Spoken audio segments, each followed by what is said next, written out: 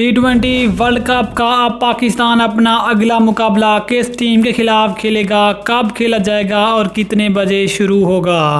उस अगले बड़े मुकाबले के लिए पाकिस्तान की प्लेइंग 11 क्या होगी, मुकम्मल तफसील बताएंगे इस वीडियो में। लेकिन मज़ीद आगे बढ़ने से पहले चैनल को सब्सक्राइब करें और साथ में लगी घंटी के बटन को दबा दें ताकि क्रिकेट से जुड़ी तमाम तरह खबरें रिका शेड्यूल आपको सबसे पहले जहां पर मिलती रहें। अस्सलाम वालेकुम, वेलकम टू सैन स्पोर्ट्स।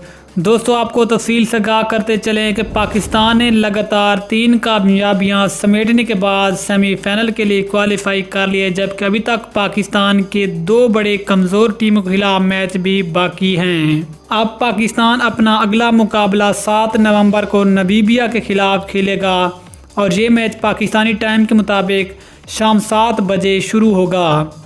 लेकिन इस मैच के लिए पाकिस्तान की प्लेइंग 11 में बाबर आजम कैप्टन, मोहम्मद रिजवान, मोहम्मद हफीज़, शुएब मलिक, फ़खर जमान, आसिफ अली, ये वाले 6 खिलाड़ी तो खेलेंगे ही खेलेंगे, जबकि इनके अलावा शादाब खान वो भी पाकिस्तान की प्लेइंग 11 का हिस्सा होंगे। और हो सकता है कि इमाद वसीम को रेस्ट देकर उसकी जगह मोहम्मद नवाज़ को पाकिस्तान की प्लेइंग 11 का हिस्सा बनाया जाए, क्योंकि नमीबिया की एक कमज़ोर टीम है और उसके खिलाफ बाकी खिलाड़ियों को भी आजमाया जा सकता है। जबकि इनके अलावा हसन अली की जगह मोहम्मद वसीम जूनियर को भी खिलाया जा सकता है, क्योंकि मोहम्मद वसीम जूनियर भी एक अच्छे फास्ट बॉलर हैं और नमीबिया की एक कमज़ोर टीम के खिलाफ उसको भी मौका दिया जा सकता है।